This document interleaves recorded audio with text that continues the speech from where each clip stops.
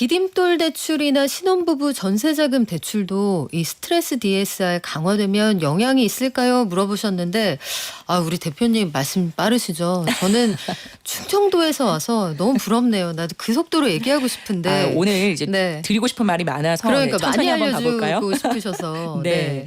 디딤돌이나 보금자리론이나 이제 신생아 같은 정책자금 대출 같은 경우에는 DSR을 적용받는 은행이 아니고, 그러니까 그런 상품이 아니고 이게 DTI라고 하기 때문에 DTI를 적용받는 대출이기 때문에 스트레스 DSR에 적용을 받지 않습니다. 그래요? 네네. 그러나 DTI의 문턱 이제 60%는 넘어야 하기 때문에 그래서 이제 내 소득 상환 능력 정도는 확실히 봅니다. 그래서 이 디딤돌, 보금자리, 신생아, 정책자금 대출 같은 경우도 내가 충분히 DTI만 넘으면 DSR보다는 대출을 받기 좋은 환경이기 때문에 한 연봉 한 5, 6천 정도 되시는 분들은 내 집 마련을 하실 때 확실히 은행 재원 대출보다는 이 정책자금 대출을 먼저 알아보시려는 경향이 크고, 그것이 이제 은행에서 대출 받을 한도보다 이 DTI만 적용했을 때 한도가 많기 때문에 확실히 유리할 수 있습니다. 그럼에도 불구하고 이 정책자금 대출에 있어서 주의점은 정책자금 대출을 받고는 집을 사면 안 된다라는 추가매수 금지 약정에 걸립니다.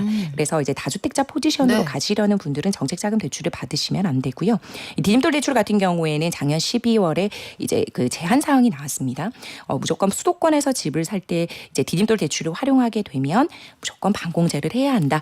그리고 하반기부터 신축 아파트 잔금 대출로는 디딤돌 대출을 못 쓴다라는 이제 규제가 나왔기 때문에 디딤돌 대출에서 막히시는 분들에게는 꿀팁을 드리면 보금자리론도 함께 알아보시면 좋은데, 이 보금자리론이 장기 고정금리로 3.65%에서 3.95%이기 때문에 사실 은행 재원 대출의 금리보다 좋다고는 말씀을 못 드립니다. 그래서 이 장기 고정금리라 하더라도 금리적인 메리트가 높지는 않기 때문에 이제 그 수요나 인기가 그렇게 많지는 않거든요. 그럼에도 불구하고 은행에서 스트레스 DSR, 즉 차주별 DSR 때문에 한도가 안 나오시는 분이나 신용대출이 많으신 분들은 이 DTI만 통과되는 보금자리론에서는 대출을 받을 확률도 크기 때문에 이제 확실히 한번 같이 알아보시는 게 좋을 것 같고요. 이 보금자리론은 한 가지 더 꿀팁을 드리면 실거주 의무가 없기 때문에 전월세 세팅도 가능합니다.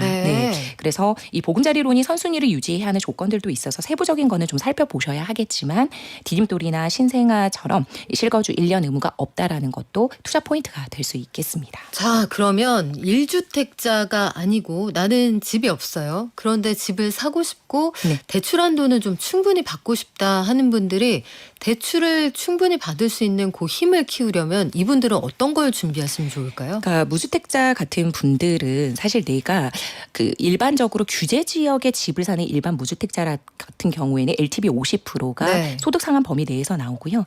비규제 같은 경우에는 여전히 70%, LTV 70%인데 지금 문제는 이 가계대출 규제 관리 방안이나 점검 회의 같은 경우에 이제 언급을 내비친 게 뭐냐면 투기과열지구 말씀도 나오셨고 조정 대상 지역 말씀도 나오셨습니다. 뭐 강남 3구 이런 곳들. 강남 3구나 용산은 이미 규제 지역으로 묶여 있고 토지거래 허가 구역으로 들어가 있기 때문에 실거주 하시는 분들만 이제 들어갈 수가 있는데, 문제는 이 토지거래 허가 구역이 지정되고 난 후에 풍선 효과를 받는 주거 선호 지역들이 있거든요. 거기에 지금 이제 거래량을 동반한 신고가가 계속 경신되고 있는 거고, 그래서 그쪽에서 내 집 마련을 하시려는 분들은 지금 여전히 비규제 지역의 70%가 남아 있을 때, 예를 들어 지금 목동 같은 경우에는 토지거래 허가 구역임에도 불구하고 LTV 70%까지 받을 수가 있거든요. 그래요? 몰랐네요. 그래서 이제 재건축 같은 경우에 너무 죄송합니다.